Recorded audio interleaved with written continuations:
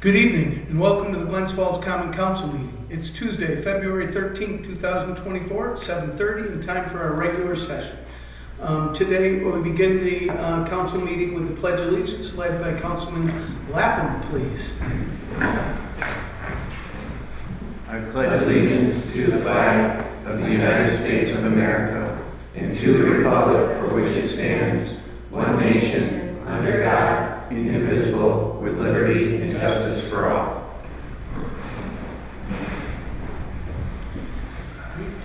First up, we have our public comments. If you have a comment for the Common Council, like to address the Common Council, please come up and tell us your name and address, please.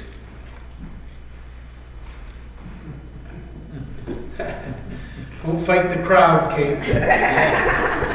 I believe you're exempt from the name and address part. Oh, you know where I live. Okay.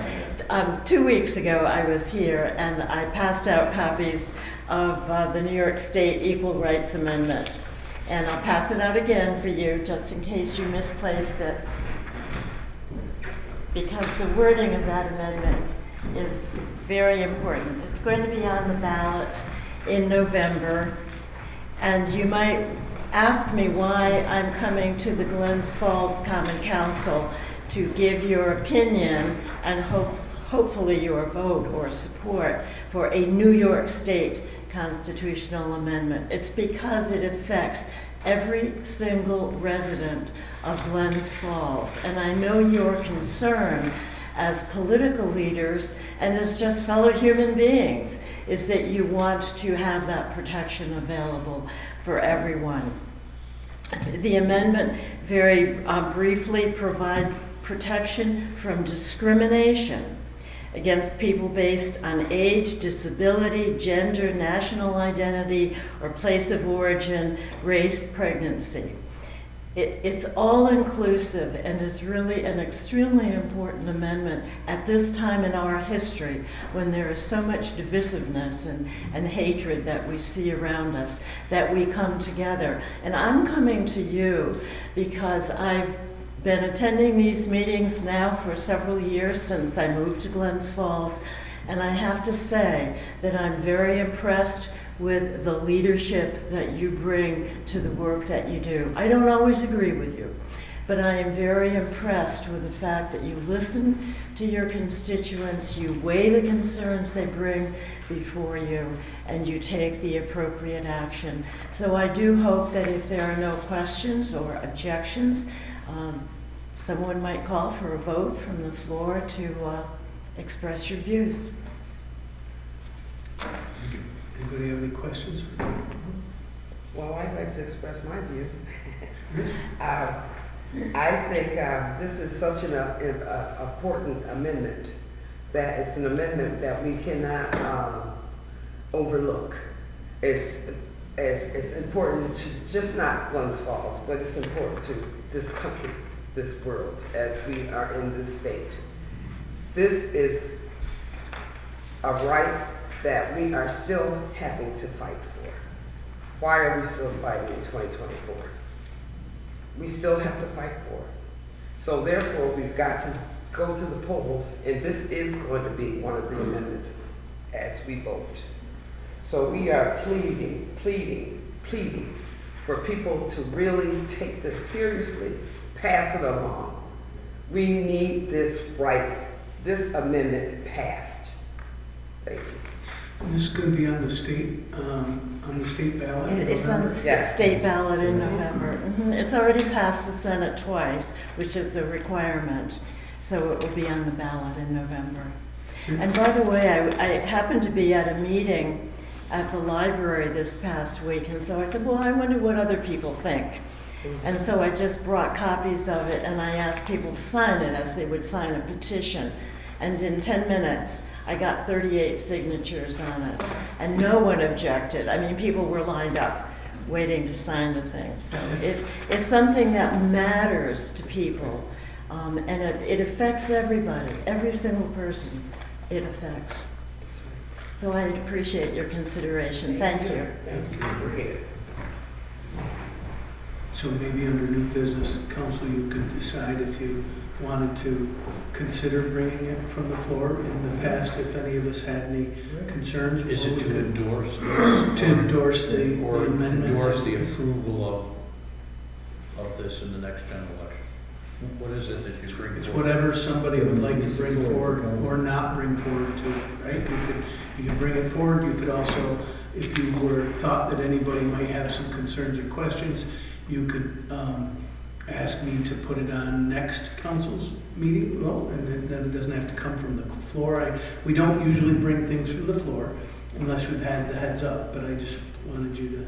I'd prefer to wait and have Councilwoman Palmer here as well. I think she would probably want to weigh in on this also, so I think it's important enough for all of us to be here for that, so. Yeah, and it's good to wait too, so we can still continue the conversation. Great. Right. And no hurry. Right. And it's not until, it won't be on the state ballot until November anyway, so it wouldn't be a hurry. Okay. Hi, good evening, everyone. Thank you. I'm Cam Cardinelli on behalf of Lower Adirondack Pride. We represent the LGBTQ community here in Glens Falls, and we are strongly urging the City of Glens Falls to endorse the New York State Equal Rights Amendment. This crucial piece of legislation aims to prohibit discrimination by the government on the grounds of a person's ethnicity, national origin, age, disability, and sex. This includes protection for individuals based on their sexual orientation, gender identity, gender expression, pregnancy, and pregnancy outcomes. We appreciate your attention. Thank you. Thank you. Anyone else like to address the common council? If not, Peter, do we have anybody on the line? Yes, no one responds. But no questions. Great, thank you. Having closed public comment, we'll open for committee reports. Councilman Clark. Councilwoman Palmer asked that I give a report on our recreation committee meeting. We met on 129, and we went over our ARPA spending of projects. Also, we talked about the additional funds that you had set aside for that for our projects. We looked at doing an assessment of some of the field houses that are in the different playgrounds, and I know a group of DPW workers went and did that assessment, and Tom's comment is we got a lot of cleaning to do. So we talked about the dog park at Murray Street, funding for that, the tennis and swim club, the potential funding for that as well as improvements to East Field and the field house. So we'll be meeting again on 2/16 at 1 o'clock to continue that discussion. We did not have any discussion about, correct me if I'm wrong, about fire and ice. I don't know if we're even going to have any ice, to be honest with you, so it might just be fire. So, it's a worthwhile, that, just speaking from, I know Councilman Lapham's been involved, Councilman Landry. It's a worthwhile event, and if we aren't going to have ice, we should probably figure out something, what we can do to really sort of create that atmosphere again. So I think that might be part of the discussion at our next meeting. What ifs, because it's a really fun time. So thank you. Great, thank you. Let's see, committee reports. Councilman Donahue. Sustainability is, next meeting will be on February 20th at 5:30. And I would like to interject some comments that Kerry Warner had for us when the committee meeting. Right. And it was kind of a wake-up call, how things may come down in the state, so Sure. that may have a... Under new business? Yeah, and Talk about Jeff is looking at working with the state on the solar panels, when, where, everything like that, so. Great. Yeah. Yeah, we could ask Jeff. I know that we were going to have him come maybe next month anyway and do Right. a report. I know Pat will be coming to do community development, but Jeff to come and tell us where you're at with those contracts. Well, NIPER doesn't move too quick. No, it's not. Yeah, it's- Hopefully I'm alive. Yeah, that's great. Thank you. Yeah. Councilman Landry. No reports. Councilman Gooden, or excuse me, Councilman Labo. Committee. So Buildings and Codes met on the 5th. We were discussing the proposed snow clearing ordinance, and we've sent that off and had a discussion about where we're at with that. So we need to meet another time to kind of resolve the differences there are between different visions for that. It seems like Philip is freeing up a little bit more now, so we can engage on more of the building and codes issues. We did have a discussion that we kind of put over to the tech committee about, Phil was telling us that the codes software has been insufficient. So he went to 2 different vendors and just kind of went to see what they had to offer. And that goes right into, so we'll have another meeting, but we don't have a date lined up yet. So Diane's going to follow up with different parties to set that date.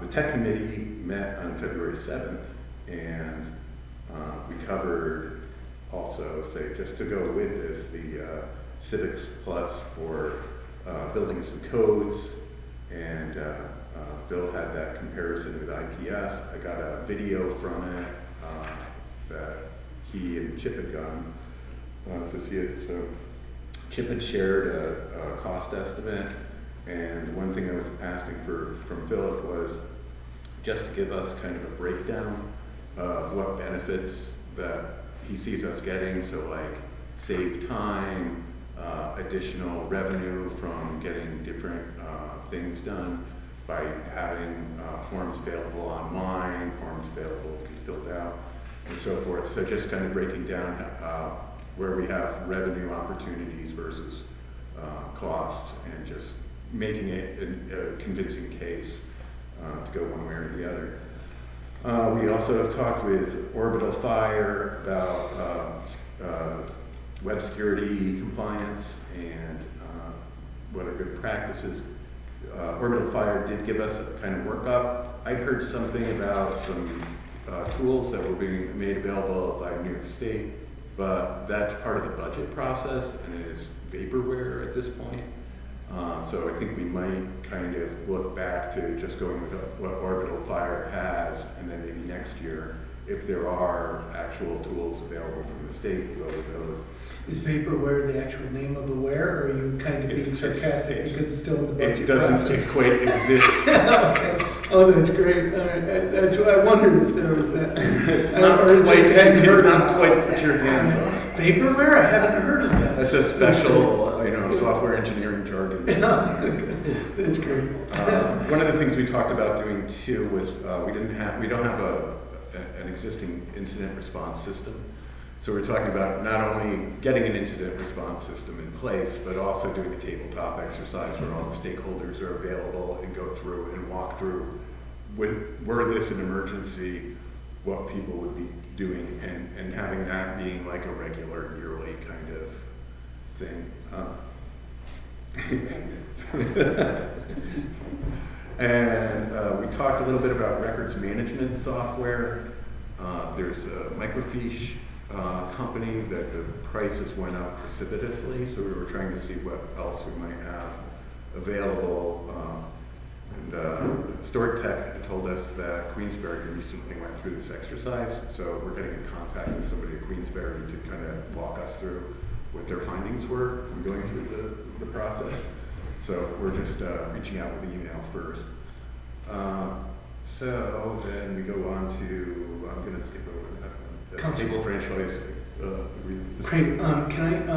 Can you help me Did you say that Queensberry also is looking at using microfiche for their document backing? Yeah, they had, and then they went to something else. So it was at a lesser cost, or it was a greater capability. Great. So that's what So you the can take a conversation we're look gonna and have. Yeah. learn about it and then come back. Great. Exactly. Please let me know, because Yeah.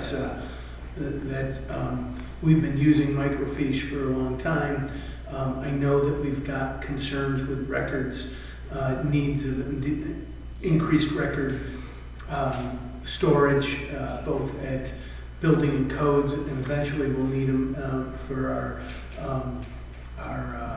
GIS person that we're trying to hire. So that's great. Thank you for looking into that for us and let us know. We need to have a path forward, and Wayne's only working for us about 15 hours a week, and I'm sure he's great, but we got to make sure that we're taken care of. At some point, he'll retire completely, and we need to have a plan as to how, and make sure that it meets the future as well as the past. Yeah, especially as we have more stuff digitized. Yeah. We're also doing some records management stuff with the courts, so I can throw some names out Okay. as well. Yeah, that'd be great. That might be even on state contract, so. That sounds great. Fantastic. Website accessibility update. We're doing a website upgrade, in process with that. Chip is making sure, because of concerns that we have regarding accessibility and 508 certification, that is covered with the update. StoryTech's going to be producing a roadmap for the upcoming year, which they usually do, which is just kind of like, here's what you have for your tech, here's what's, servers that are coming out of contract, PCs, laptops that are getting too old, etc. I also followed up with getting SharePoint, Word, Excel, Teams, and OneDrive training, because we have all those things under our Microsoft Office contract. We And need Excel in there too. Did you say Excel? I apologize. I said, well, I had it written down, Okay. so I made it just out of. That's one that both the clerk's office and Chip are asking for, and so that's great. Yeah, SharePoint allows easy exchange of all these documents instead of sending them around as email attachments. Yeah. So that, I think, could be something that It's could. breaking the habit of keeping everything on your desktop too, but I know from my previous experience that kind of change is hard for people to imagine or to want to do. We were forced to do it, and I think I was one of those people who were like, this is a pain, I don't want to do it. But then after it was done, I was like, oh my God, how did we ever live without this? So great, thank you. And just to kind of wrap things up, just one thing too is we might want to identify like teams of about maybe about 15 people to go and do like half-day training sessions. In some of those sessions? Yeah, exactly. Go somewhere and do them, or? I think it can be on-site or off-site. So Okay. I think they're flexible with that. And then we're trenching for power at Crandall Park and Haviland's Cove for the cameras. So that should be completed reasonably soon. And Chip is looking into mobile cameras for the police. So the police can identify a place that's kind of troublesome, they can set up a camera. And that's what I have for that. I also have a forum tomorrow night at Beamer's on South Street in Wartford at 6 p.m. Thank you. Councilwoman Good, committee report. So the next would be voice vote. We've got 4 resolutions, huge, of course, the voice vote. One is a resolution to approve the minutes of the January 23rd, 2024 meeting of the Glens Falls Common Council. 2 is a resolution to approve the clerk's January monthly PVB report. 3 is a resolution to accept Glens Falls Historian's annual report. And 4 is a resolution to accept the January monthly Building and Codes Department report. So moved. Second. All in favor? Aye. Thank you. Under roll call vote, I'm asking the council, we made a minor mistake in resolution number 13, where we didn't mention the source of the income, which is going to be ARPA money. So I have that quick change for you. I'm going to pass it out. So I'm going to pull 13 just so we can look at it. And there's also some information that Councilman Lapham, it's just coincidentally, had asked about this high pressure sewer cleaner that I can give you both, but I'd like to pull them for, we'll make the discussion. I'll pass the corrected resolution to you. The amounts have changed, so it's not necessarily coming from the floor vote, it's just a minor change. Okay? So I'm asking to pull 13. Is there any other resolution the council would like to pull for discussion? I just kind of would like to, we'd had a email discussion about 6, 9, 10, and 11. And I just would like to just kind of talk about that a little bit. Okay, so don't want to pull them, you just want to talk Just kind of, about yeah, just discuss. Sure. Go ahead, sir. So, well, 6 I actually want to pull. Okay, so we're pulling 6. Yeah, there's 9, 10, and 11 that I just want to discuss. And that was just the different things. One was a dump truck, a Ford F-350, with 4 annual payments. So it like, I think it was 9.4% interest. And then there was the Bobcat with the bucket loader, and that's in 6 payments, and it brings the price up. And it was just questions that I had about financing, and you know, where we go to make decisions to finance versus you know, paying all at once, or financing over a shorter term to incur less you know, interest payments. And then the third one is the mower and the snow blower for 51.9 over 60 months. And that's so 9, 10. Yep, 9, 10, 11. And you have answers for me. But you know what? I can't get them to print on my printer at home. And I can't see them on my phone. So when you answer in line, I don't see it on the phone. Wow. Okay. So I couldn't like review it right before the meeting. Sure. Yep, I've got it.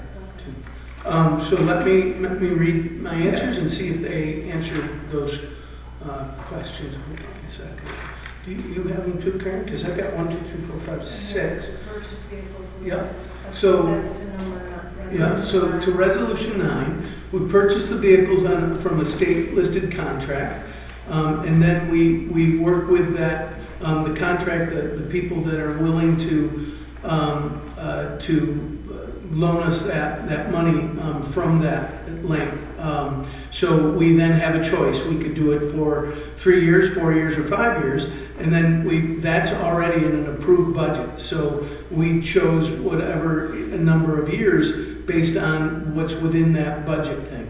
We could ask, Tom could have asked us to change the budget line, but instead that's it. And the interest rate is based on the contract, right, that comes with that contract. So that's not negotiable, but the length of the financing is. And Tom makes that determination based on what he's got approved in that amount in his annual, in his budget, equipment. And we could have a separate, if you'd like, this process is a well-known, well-established process, but I have no problem if you'd like to call a workshop and we can talk about it. But these equipment lines, right, your Councilman Clark, you're probably more familiar with anybody on them, but that's how we've done it. It's, again, the list, in this case, on these equipments, most of these vehicles are on several years waiting lists. And so we could go out to bid on it, but then wait 3 more years or 2 years in some of these vehicles, cases to get them. You can pay credit off ahead of time too. So if you had a 4-year one and paid it off in 2 years, you wouldn't have to pay those last 2 years of interest. Yeah, so just, we Councilman Lapham, we started this process a long time ago, back when the city didn't really have a lot of money in our vehicles were failing and we needed to do something. So we established this process of how can we address this need over a period of time, and that's why we started the payment plan, getting state contracts vehicles and then paying it out over a period of years, so we could afford those vehicles, and then without taking a huge hit to the budget, and then once we get them paid off, either rotating them back out or putting them back out and getting new vehicles, or keeping them and then replacing another vehicle. So that's how this process started. And so that's when in our budgets, we see, Carrie would always say payment 2 of 6 or 3 of 4 or whatever, 1 of 1, or this is the new vehicle that we're gonna look to purchase or lease purchase and stuff like that. So, but there's no reason why we can't always look at this process. And I think, we'd have to look at the state contract. I don't know if there's a penalty for paying early. If there isn't, we could always have that discussion. Well, especially in I March. just think we were just talking about last cycle, last year, about investing money that we have sitting aside. If we're paying like 9 and 10% interest, I don't think we're going to get as good a payback as we would buying down that debt. Right. On those occasions when we're in a better position. Right. So that would be a really good conversation to have. Yeah. You could do that, and again, it's probably pretty timely, because it's by the end of March that we're going to get the notification of where we're under budget. The books of 2023 will be closed. We know that we've already committed to purchasing a fire truck out of it, but my last estimate, and this makes Debbie nervous, but my last estimate is you probably have about $600,000. Now, again, don't hold me to that, but we'll have that number in the end of March.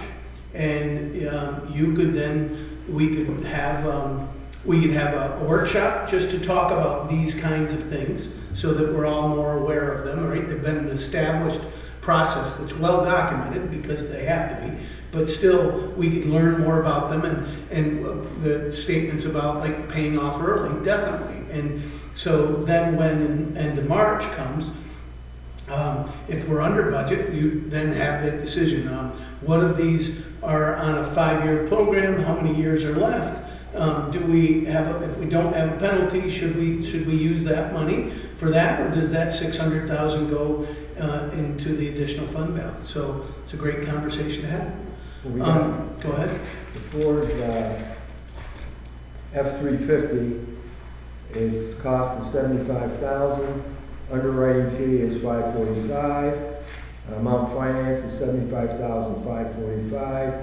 Number of payments are 4. They're annual with an interest rate of 9.14. That's correct.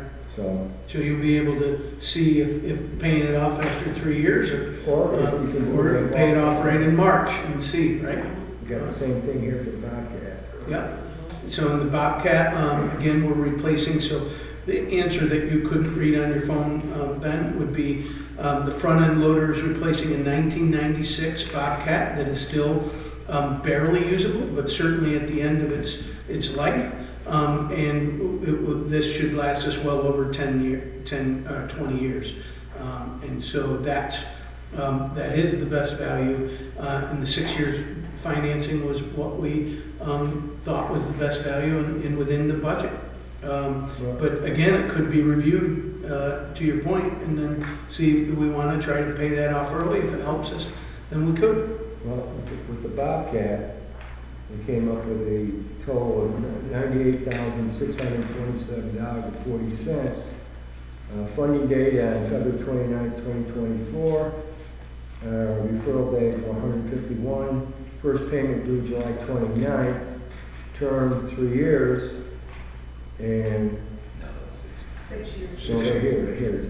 Yeah, but they're giving you the terms. Okay. We're doing 6 years, which would be $19,707. Yep. Okay.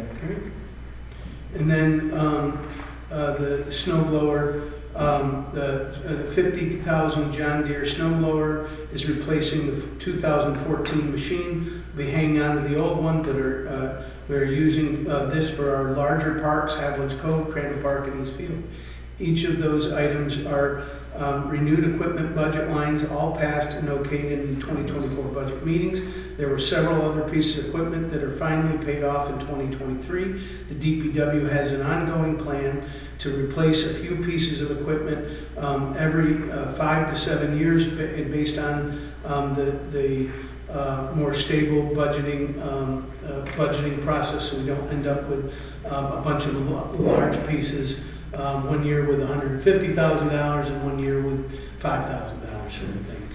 But again, I think that those details would be great for a workshop, so we can start to see the thinking and then offer changes. I'm sure Tom would be happy to have not just Tom. 2 years has done a great job Absolutely. rehabilitating older car Yeah. trucks and everything else. They get- Putting new beds in the bigger trucks and everything else like that. They are the best at Right, taking I mean, they just vehicles put the and same skills. putting new beds on it. Yeah, it's last time I was there, they actually showed me several vehicles that were Sure. torn apart and made into one good vehicle Right. because of the experience that we have with the gentleman down there. So, Yeah, one thing we wanted to do, this is back when I was in Mayor DeSantis' administration, if people remember, we had to go out to bond to buy a whole bunch of dump trucks, and we were paying off that for a long time, and some of those dump trucks aren't even around. So we wanted to get away from that, wanted to get a schedule in place where we're not whacking the budget, like the mayor said. But we're kind of maybe investing a little bit into interest payments that if we shuffled some stuff around, we wouldn't have to do.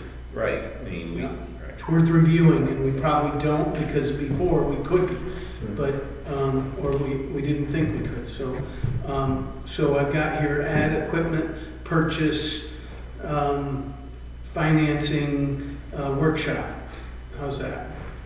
Okay. You know, Mayor, in the meantime, you may want to check and make sure that there are not early payment penalties.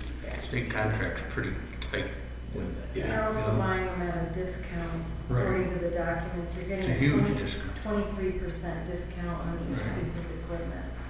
The John Deere.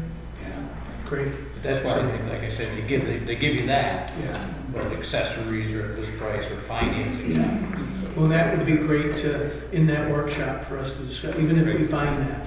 I think that's a great answer and an understanding of what the trade-off is. I know also the biggest concern Tom's had is, like, at times he'll say, hey, we got this truck finally came up on the list. I need to buy it right away. And Debbie will say, whoa, hold on, pump your brakes, right? We've got to, because we need to make sure we're following all the purchase things, even though it's 3 years we've been wanting to purchase this piece of equipment that wasn't available. So I think that whole conversation is a good one to have so that we can see the thought and the process that is being done by our staff. Okay, great. Number 6, and number 6 is which one again? that's the resolution for setting a public hearing for changing zoning on Broad Street in the South Street, Broad Street corridor brownfield opportunity area. Uh-huh. And So you wanted to pull it, right? No? So we'll go Yeah. ahead and we'll pull it and then we'll have that conversation. I just want to Yep. get through the ones we didn't pull. Okay, and I had one question for the warrant too. Okay. Sure, let's, go ahead. Do you want to ask the question about the warrant? Yeah, on let's see, page 31 on the warrant, there's 3 items for the mayor, and I looked through the rest of it. So it's on the mayor's line for dues, membership fees, rental office equipment, and other contracted services. Mhm. And I was just hoping we could get some detail on what those items relate to. I can give you the detail after, but I don't have it with me. I can, so page 31, Yep. and 3 lines on the mayor's stuff. So are you comfortable with that? Yep. Are you getting you that information in? I'm sorry, I'm struggling with that. Staples in the way of my page numbers. Let me just make a note. Page 31. Yeah, I can give you the. Oh, yeah, oh, thank you. It's much better than my handwriting. Great. That's it. Great, those 3 Is that items. cross? One other thing here, Mayor, with the Gallagher insurance is $547,411. Mhm. Is there any way we can bring that to get, in other words, get someone in that business, the workforce, to come up with quotes from other insurance agencies? I know they just took over for, what was the name of it? I don't know. They're just a conglomerate, they just eat things up. That's why we get bigger. There is an entire process that what I can do is next time you and I meet, Ed, I'll bring in Chip. So sure, I know that we are trying, and we actually have gone out and had Gallagher bring us other quotes and stuff. So let me have you meet with Chip and can answer all that question. I know we're going to great lengths for that, and we have Bob has actually had a meeting with about a different insurance policy about for our health insurance. And so we are looking at all of that. We look at it all the time, and we get a full review, and we're saving lots of money from the work that Chip's doing, making sure that all the vehicles that we have under Gallagher are, we found ones that had been expired. So let him have you that conversation. You can learn about it. Okay? Mayor, let me see you the trope for looking up something. So Ben, if you go to page 17 of its detailed invoice list, it's the second one from the top. It's New York State Conference of Mayors, $5,424. That equals from you were looking at the warrant summary. Is that an annual or a monthly? It's an annual. Annual. Yeah, so I saw when you said the 5,000, I was like, there has to be, and it was dues and membership. That's the only. Yeah. So if you want, so there's the summary which you refer to, and then there's the detailed list in front of that. So if you have questions, you should be able to tie it into that summary list. Well, I couldn't find the one with the 1,300 or the other one. It's really hard to. These aren't the greatest reports, Yeah. but they should tick and tie. Cool. So just. Okay. I can find you the other 2, Ben. Thank you, Joe. That was the the 5,000. So there's 1,300 of another. Let us move on. Are we good? Ed, are you okay with getting you meeting with Ben with Chip so we can talk to you about the Gallagher Unfortunately, process? I can't go across the street to Glens Falls Insurance and all of I trusted in truth. can tell you that we are working our butt off for all those insurance, and that we definitely are going out to bid and challenging every penny. But I can't tell you exactly about that. Chip can, because it's his. And so if then after meeting with him you're not satisfied, we can go back out to bid or something. Okay? There we go. When does this take effect anyway? Let me get you right in front of him. He can give you the whole deal. He's been meeting with them left and right. He's getting to know the gentleman from Gallagher. One of the regular guy just retired, so I can't answer any more of that specifically. My brain will melt. Okay, so we pulled 13, we pulled 6, and the rest, we're good, right? We pulled 13, which is the resolution about the high pressure washer, and we pulled 6, which is the resolution for the proposed local law. Okay? So now moving on to the roll call vote. So resolution 5 is a resolution to the Common Council adopts 2023 Warren County hazard mitigation plan. This plan is approved by the city, may be edited or amended after the submission for review, will not require the city to adopt any further itinerations. It only implies that specific plan does not absolve the city from updating the plan in 5 years. Warren County Hazard Mitigation Plan can be found online at the website address.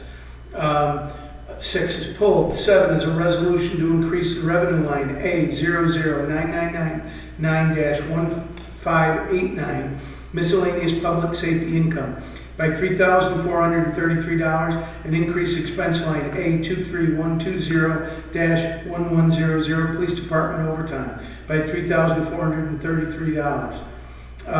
8 is a resolution to approve the City of Glens Falls Community Development Office manual payments in the amount of $17,758.77, including the reimbursement of expenses of not-for-profits per year 2023 agreements to pay CT Mail for administrative services on the Community Development Block Grant, as well as project delivery costs under the Community Development Block Grant for home rehabilitation projects to pay expenses related to lead paint testing and legal document creation for our CDBG rehabilitation program. 9 is a resolution to approve the DPW purchase of a 2023 Ford F-350 regular cab diesel dump body truck that was bid through 1379-NYS OGS vehicle mini bid solicitation number 23166 in the amount of $75,000 with 4 annual payments of $21,431.25 per year through the Ford Motor Credit with yearly budgeted funds. 10 is a resolution to approve the DPW purchase of a 2024 Bobcat L95 compact wheel loader with bucket and enclosed cab through New York State contract PC 69369 in the amount of $98,627.40 to be financed in the annual payments of $19,707.01 with the yearly budget city funds.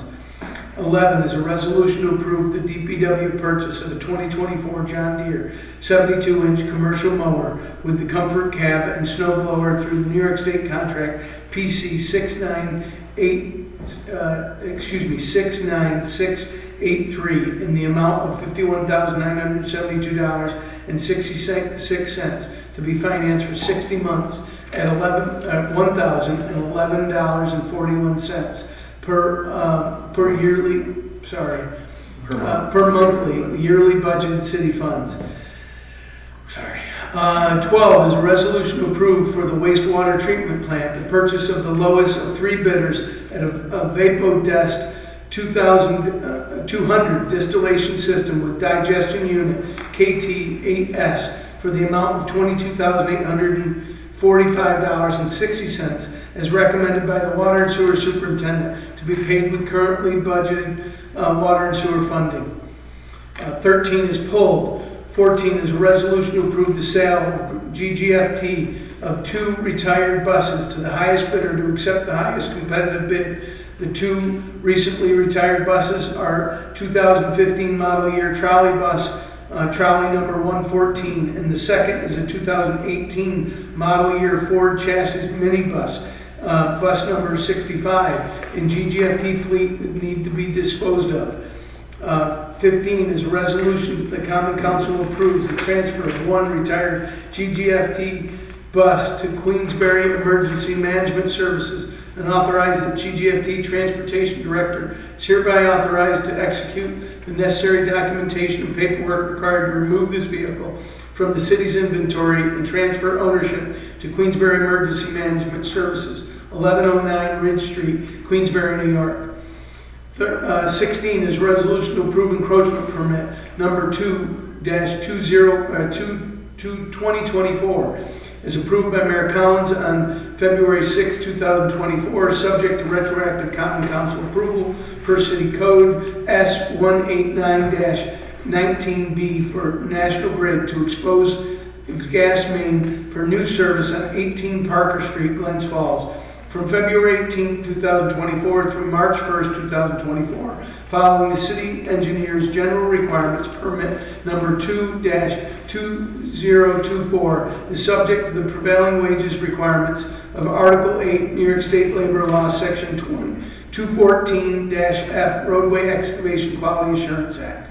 17 is a resolution to approve encroachment permit number 3-2024 for 8J Catalamo Construction Company, Inc., 5 South Street, Glens Falls, New York, working with the Church of the Messiah, 96 Glen Street, Glens Falls, to place a man lift on the sidewalk in front of 296 Glen Street to repair the stone facade on the building from February 14, 2024 through February 28, 2024, with the understanding the area is to be cordoned off with proper signage allowing for pedestrian access on the sidewalk according to PROAG regulations.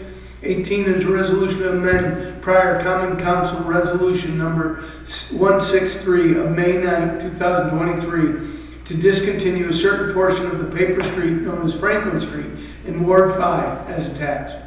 19 is the resolution to approve the warrant.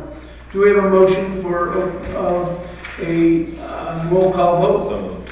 Second. Roll call vote, please. Councilman at-large Clark. Yes. Councilman Donahue. Yes. Councilman Landry. Yes. Councilman Lappel. Yes. And Councilwoman Wood. Yes. Great. Councilman, proposed resolution number 6, set a public hearing to be held September 27th for a proposed local law, which would be a local law to amend Chapter 220.06 Code Zoning, Glens Falls revised zoning map to the zoning district boundary of general commercial GC1 to general commercial district 2 for 2 parcels, tax map 309.27-6-1, commonly known as 83 Broad Street, Glens Falls, and commonly known as 85 Broad Street. Councilman Lappin, you wanted to discuss? Yes. So in July 2020, the South Street, Broad Street Corridor Brownfield Opportunity Area nomination covers this exact part of the city and kind of describes, it says in this executive summary that the South Street, Broad Street Corridor is the gateway to the city of Glens Falls. So what they talk about in the BOA, the opportunity, there's a number of different things that are listed on here. But what they're talking about is that this is a low-density residential neighborhood that has quite a mix of different services. It's close to the central business district. There's mixed use buildings with offices, there's banks, there's lending institutions along Broad Street. They said that zoning districts were designed to preserve the existing characteristics of the area. And they talk about that through here. I think that this is something with the Brownfield Opportunity Area in research right now, that we should hold off doing rezoning for this kind of thing until we figure out what our plan is with the Brownfield Opportunity Area. So I would ask that we just table this. Right. So in general, I agree. I would even add to your statement about the Brownfield Opportunity Area now that it's been approved as of late 2023. Is the state has seen that plan, which is 4.5 to 5 years in development. There's 3 different phases, and the 3rd phase was finally approved by the Department of State and the Secretary of State, awarding this as a Brownfield Opportunity Area. And there's money attached to that approval so that we can approach all the people from in that part of New York, which is all of South and Broad, from the monument all the way to the end of the street. I would agree with it. The planning board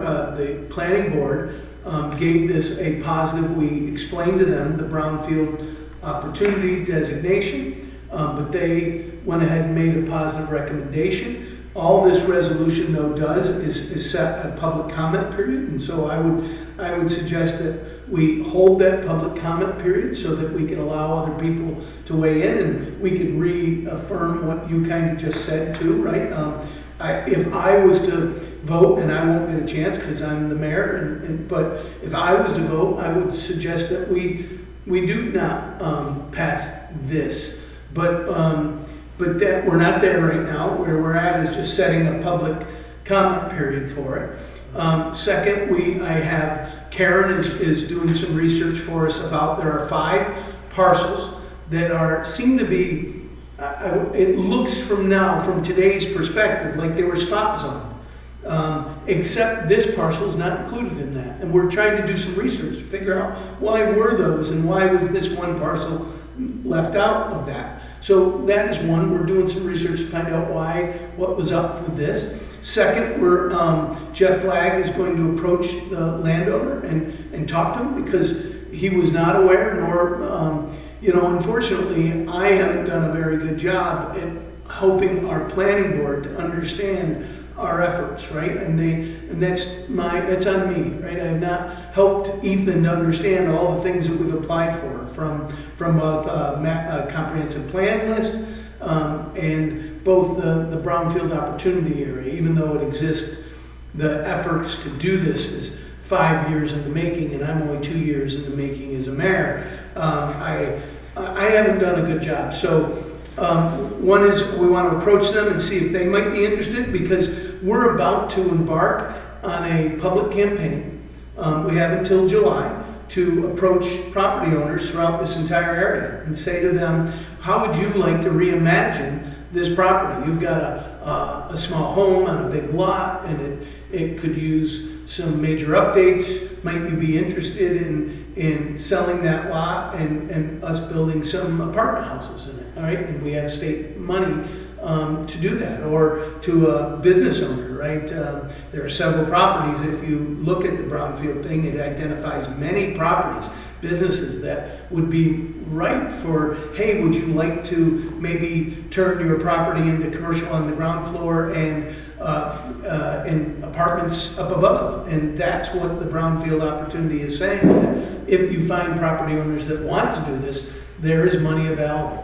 Or in the second also, I'm sorry for going on, but so we're in the second of 3 phases for the first one. And so imagine that same thing, right? And we need to let people know and where we are in the process, and then see. And either way, we would not vote on this. It's just a matter of public comment. And then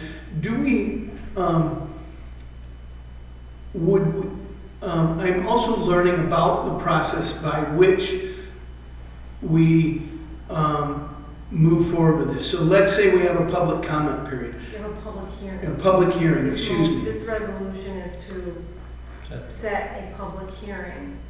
So if it's approved, then you will set your public hearing next month, and then you would vote on it after the close of the public hearing.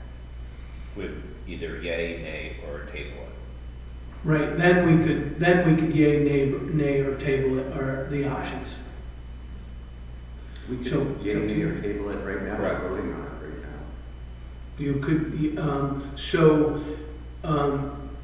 you're saying that you, in your discussion, that you'd like the council to table even the public comment period, is that right? I would just want to put this off to the side until we go through what you've just been talking about, we're going to be doing. What's the point of going forward with this to put this back to public comment? There sounds like there's some legwork to do before some of this happens. Well, we've been approved, as the area's been approved. Our next step would be there. Yeah, but- after, Yes. now that we have gotten this, we've passed But you that. referred at last meeting to the planning board for an advisory opinion. Well, So the this is applicant kind of the came- problem, is that at the time that whenever that was put through, I wasn't aware of this brownfield area. And it wasn't last meeting, because last meeting we brought it up and then it was I'm pulled. sorry, it was January 26th, and it met December 26th. December 26th, and it did not have time to get on the January planning board, so it got on the February planning board. So 6 weeks has passed since you passed the resolution to send it to the planning board. They reviewed it with the applicant, and they issued it a favorable advisory opinion.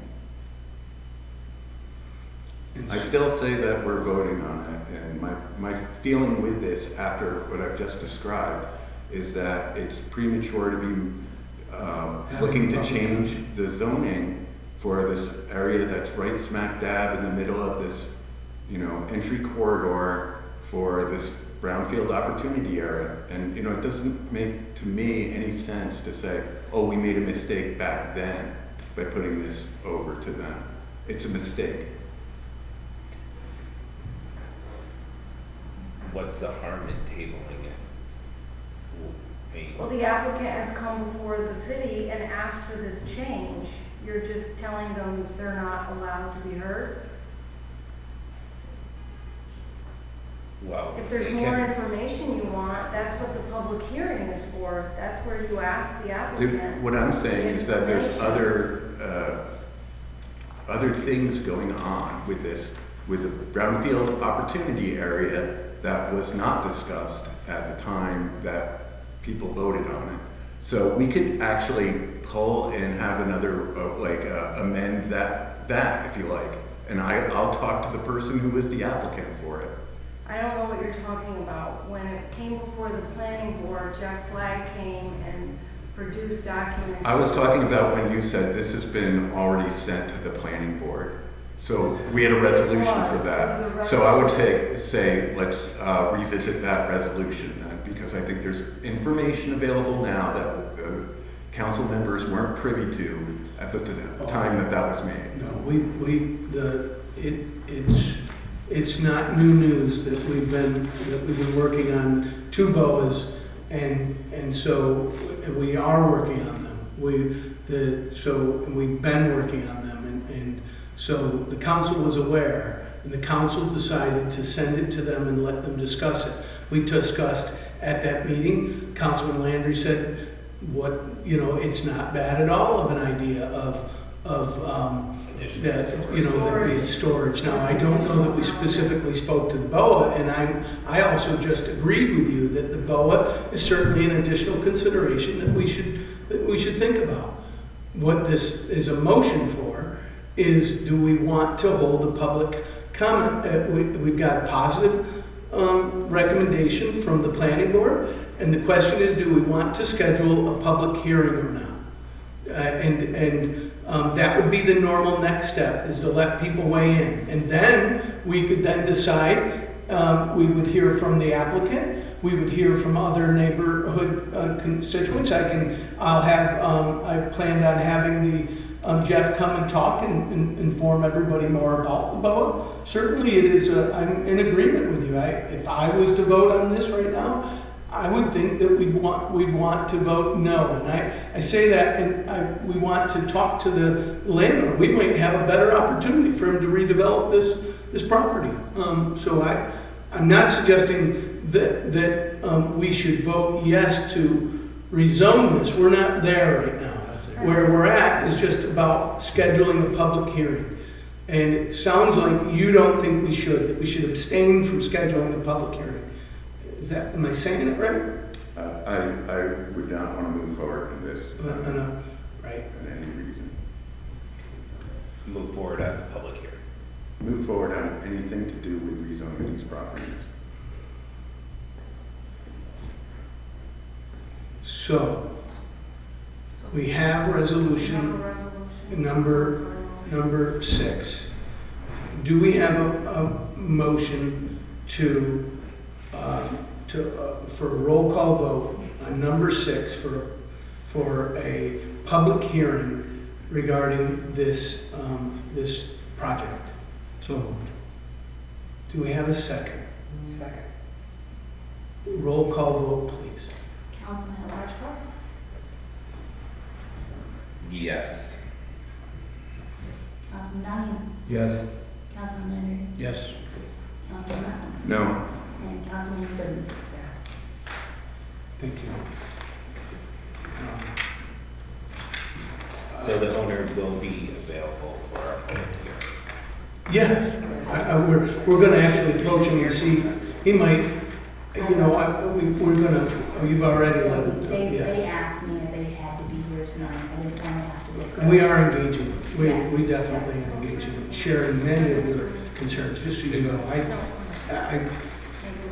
I'm trying to agree in every way that I can, because I do agree with your thinking.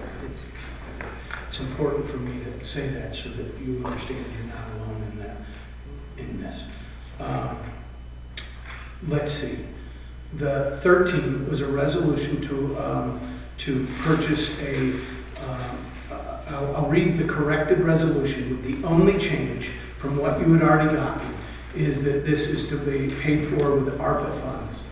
The resolution is to approve with favorable recommendation the Water and Sewer Board purchase of model number 747-FR 2000 Classic Trailer Mounted High Pressure Washer Cleaner for a total price of $104,042.58.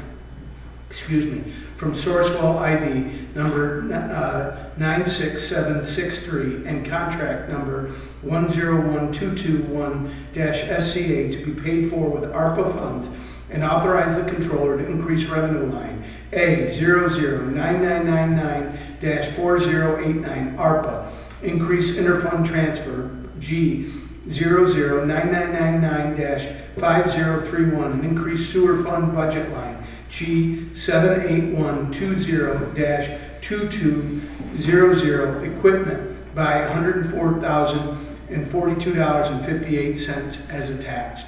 Is there any conversation? I hope I answered the question. There was a question originally, and so I'll re-say it again, that we have both a large and a small pressure washer sewer cleaner, pressure sewer cleaner.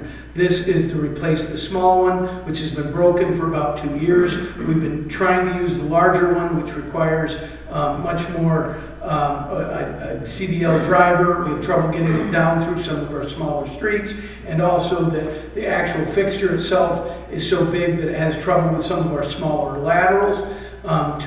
To mitigate this, we've used the bigger one because the smaller one's been broken. We also been borrowing some South Glens Falls, their smaller one. This smaller one can be put on the back on a hitch from our Ford F-150 or our new Ford F-350, and can be used and will help us to increase the life of our larger one, and it will save us money. And that's what we're having this resolution for. But we will definitely speak. There was a request by Councilman Lapham about understanding about what those costs would be, and we should try to have that come out in what that process is like in our workshop, so that we can have a better understanding of what we're choosing over one, what the thinking was about saving the money on using this. And hopefully it's a clear savings, which I believe it is. With that having said, is there any further questions, comments about this resolution? Not hearing any. Do we have a motion to approve this resolution number 13? So moved. Second. Oh, no, so resolution for a roll call vote. Do we have a resolution to move this forward in a roll call vote? So moved, and then seconded. And so roll call vote, please. Councilman at Large Clark? Yes. Councilman Donahue? Yes. Councilman Landry? Yes. Councilman Lapham? Yes. And Councilwoman Booth? Yes. Thank you. It's appreciated. Old business, Councilman at Large Clark. Just wanted to close that loop. Councilman Lapham's questions on a couple expenditures in your budget. The 17625 is for your copier rental, Canon. That's on page 6 of the detail. And then the 1300 is on page 18, and that's for Glens Falls Television, which I'm assuming is Peter. But that comes out of the economic development budget. I think we moved it this year. That got moved. I think it was in the, I think I've seen it in this particular warrant under, There was one for Glens Falls LDC or something like that, I can't remember, or no, there was one for, in the economic page, what was it, page 18? Yeah, it was the last.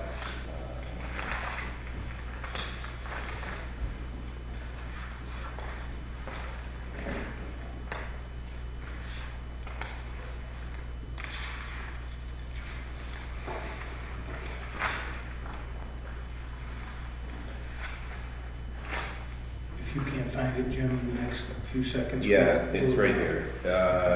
Economic development, there was one payment from economic development. I would assume that was for the LDC IDA meeting, maybe. Oh, yeah, probably. So, Yep. the rest are all the mayor's. Gotcha. Okay, thank you. Old business, Councilman Donnie. Nothing at this time. Councilman Landry. Thank you, Mayor. In December, I advised the council members here, along with the city's county supervisors, that at a request from several constituents from different wards, we explore moving voting locations that were located in some of our city schools to other locations in the city. These constituents stated that having voting in our schools in an era of growing violent school shootings and threats to our voting rights created a possible flaw in the extraordinary school security systems that we have in place at our schools. I met with county election officials, school superintendents, and individuals involved in possible new locations for voting. As a result of this, I've not been able to find, at this time, other alternative locations to move voting locations to over the short term. The number of available locations is also limited by the criteria to be a voting location. And to go approach anybody, to be very honest with you, to have voting maybe moved into a facility they have, and they say, why? And you say, well, we're concerned about school safety. Well, they would say, well, what about us? So this is a longer-term project than expected. However, I have received confirmation from the affected school superintendents that the schools will close and have a superintendent's day on November 5th, 2024, which is the general election day. This will start the process so that we can eventually move all voting from our schools. Thank you, sir. now, I believe this year you can vote at any location because we're using the electronic vote. Yeah, you can, but there's still state election law, Ben, that requires that a voting location be in every ward. But in speaking to the election commissioners, they think that that will probably be changed as this technology comes along. In fact, I think that there's actually the ability to go to the Board of Elections during the month of February and actually see this new technology. So I think you're headed to a day when this isn't a big city, it's 4 miles by 4 miles. There's some location that's secure, that's accessible and easy for people to get to. Just as an example, maybe someday we'll all be voting at the Glens Falls Civic Center. So I think that technology change will help move this effort to get them out of the schools. No, that'll make it so anybody who's uncomfortable going to the schools or something Right. like that. So Right, exactly. Yeah, awesome. Old business, Councilman Landry. no, Old business, Councilman Good. I have old business for Councilwoman Palmer. She had her third ward meeting. It went very well, and Jeff Flagg attended. Sounds like were there a lot of people there as well? There were a handful of people, a lot of people asked some good questions, had some, concerns about housing and things like that, but it was a good discussion. The supervisor, Nancy, was there as well, talked a little bit about what's going on at the county, so it was a nice turnout. It was a good intimate setting, and I had a nice discussion about the GRI, what's going on there. Fantastic. And Councilman Lapp, if you would like somebody to come to Beamer's, just ask, okay? I'll try to make them available, because apparently it worked for Jeff and they had great discussions. I would go to yours, but I'm on Ash Wednesday tomorrow, so I'm going to be at church, sorry. Oh yeah, and Valentine's Day. Boy, did he just... Sorry, honey. That's what we had. That's funny. Okay, new business, Councilman at Large Clark, new business. Councilman Donahue. Well, let's see, unfortunately, after your meeting on the state of the city, I made it up Pearl Street, and all of a sudden there was every New York State troopers, Warren County Police, ambulance. All right, so There you go. I go and talk to them, and all I have to say is Detective Diamond did a great job, okay? Thank you. He asked me if I could give him access to all the buildings I had.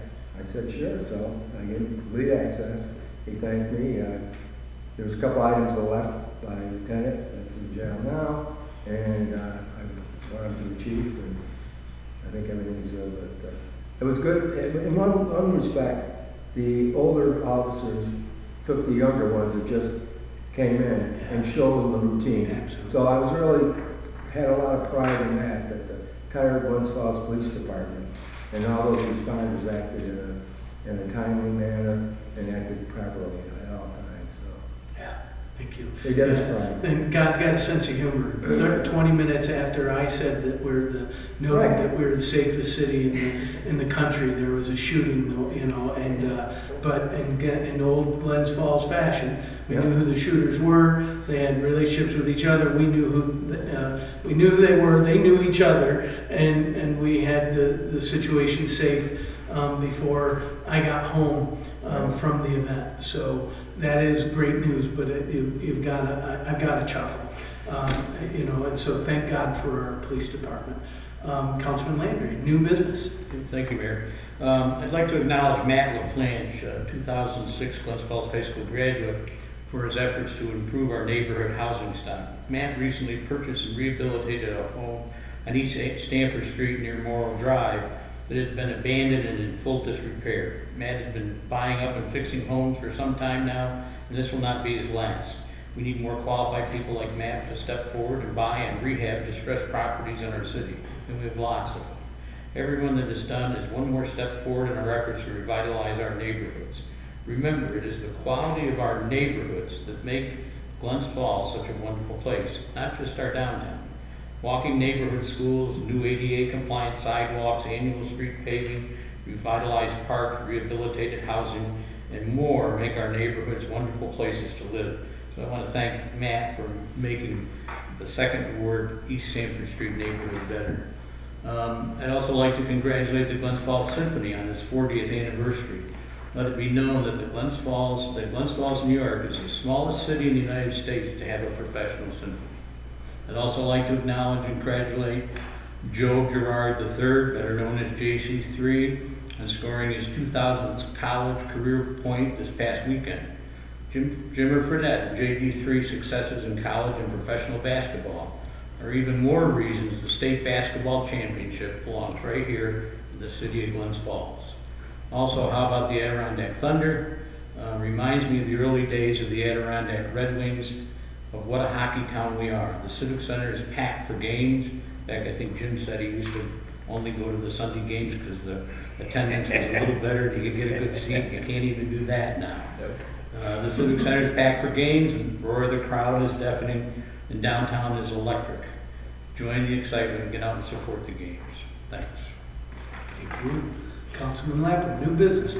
I've got a couple of things. On the first Saturday of each month, the Eastside Action Committee meets over at Rock Hill. So I went there on whatever date that was, 2 weeks ago. And so I met with Ken Pagels, who's the landlord of Brenda, I can't remember her last name right now, Tracy. who has had, he's heard a lot from Brenda as well about North Country ice and snow and ice. And Ken had said that he had heard that the new law that couldn't be enforced, but the new law does have stipulations in it that if there's continued noise, 4 hours or more continuous from the hours So, of 7 a.m. disturbance. to 10 p.m. Okay. That kind of fits in with what she sent around to everybody on the council. So I sent her a copy of the law and forwarded it to her and told her that is an angle that she can pursue. I also told her that the Buildings and Codes is looking to do something about how the business is operating out of there. So that was part of it. There was some talk of Freedom's Machines bike group, the recycled bikes, are, I guess, going to move to Saratoga, and there'll likely be another restaurant moving in there. So Where's that? at around the Civic Center, one of those, not Civic Center, The shirt. Shirt Factory. Oh, okay. So I think it's going to be like Dave Britton's Pies on Wheels or something like that. Oh, Might yeah. have something going on over there. So that would be pretty cool. Something to look forward to in the months ahead. So that was that for that. I got an email from Linda and Frank Capabianca, who are Fourth Ward residents, and I sent this around to everybody, but I just wanted to get this in there. They had a couple of concerns. They said that there's too many people using e-scooters and skateboards. I know this is something that the police chief has referenced a few times, that you can't be running around in the road with these things, and they're not vehicles that should be like going around sidewalks and running into people and stuff. They're running through stop signs, that of course is illegal, and that they're kind of a safety hazard for people on sidewalks. They said that ever since COVID, they believe they've seen more cars running stop signs, speeding through school zones during the school day, and other kinds of infractions. Another issue is one of Bob's ones, that storm drains aren't getting cleaned off. There seems to be a lot of them plugged around the city. People who live near them should take responsibility. There's a couple more things. Some of the storm drains seem to be sinking lower.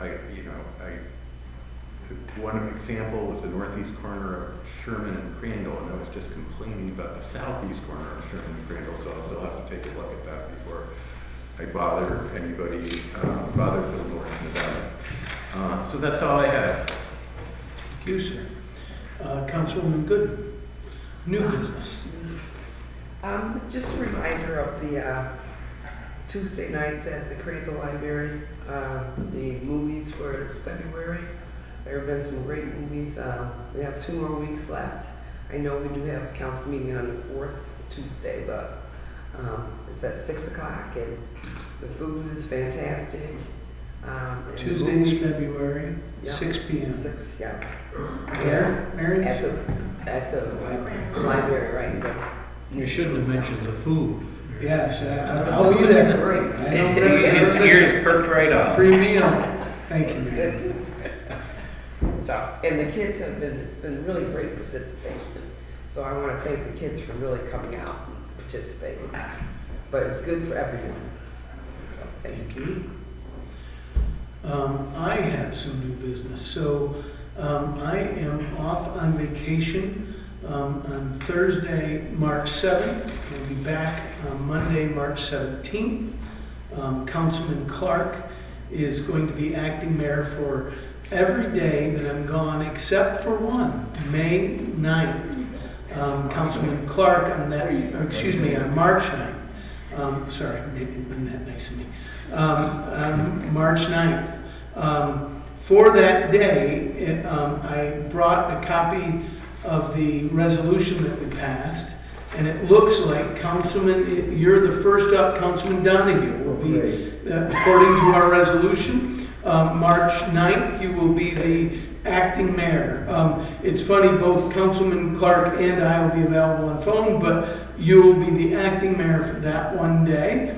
I'll also let you know that on March 12th, that council meeting, I'll still be out of town, and Councilman Clark will be leading the council meeting on my behalf, and I appreciate it. Wanted everybody to know that I'm going to Florida for a few days. Let's see. Next, I have the February 27th, 2 weeks from tonight, when we have a council meeting. I've asked acting engineer Jeremy Schneibel to come and share with you the suggested 2024 paving and sidewalk plan, so that you can review it and weigh in and see if you want to make any changes. And on March 26th, I'm planning on, please don't hold me this date, but I want you to know that I'm trying to get Aaron Frankenfeld from AGFTC to come and talk about the citywide assessment of he did both paving and sidewalks for us this summer, and I'll be sharing that for you. And then from State Assemblywoman Carrie Warner let us know that March is Women's History Month, and that if we'd like to nominate any women of distinction, I believe Kate was nominated last year. He said Kate was, and I kind of thought it was you, Kate. Was it not you? No, not you, Kate. So another Kate was nominated last year, maybe Kate Van Austin. So I want you all to know that we could make a suggestion for March as Women's History Month to Carrie Warner, and I told her I would let you all know that, and so you could think about who you might want to nominate, or we might want to nominate. And let's see, I think that is all I have. March 9th, right, you said? March 9th, you are acting mayor. So that's Saturday. So yes, you might take over maybe annex Queensbury while we're gone, or South Glens Falls. Any hostile takeovers, that would be the day to do it. Anyway, I have to joke, that's humor for anybody out there listening, that's my humor. Peter, do we have anybody for public comment online? Does anybody in our public would like to come and speak to us? First, I want to thank you for the great detailed attention that you pay to the issues in terms of governing and overseeing the stability and well-being of this community. But I have something else I also want to say. I pledge allegiance to the flag of the United States of America and to the republic for which it stands, one nation, under God, indivisible, with liberty and justice for all. I hope when the issue of the state constitutional equal rights amendment comes before you again, you will speak with that same loud voice, justice for all, and show your support. Thank you. Thank you. Not hearing any more public comment or seeing anybody coming forward, then I would love a motion to adjourn. One more sorry. thing, just in terms of nominating a woman for the month, I'd like to nominate Diana Palmer. She's not here tonight because she's engaged in some public policy discussion on the topic that she got her doctorate in. So I think that that's pretty cool that we have that going on in Glens Falls. She did get her doctorate in this past year too, right? So that way, would you do me a favor, Ben? Could you help us write some of that up, and I can forward it on to Carrie on their behalf? Will do. All right. Not hearing any objection, I assume. Yeah, great. Awesome. Okay. And Carrie didn't say that we could only nominate one person, just so you know. It doesn't let all of you off the hook from nominating somebody. Anyway, that's great. Do we have a motion to adjourn? So moved. Second. All in favor? Aye. We stand adjourned. Thank you all.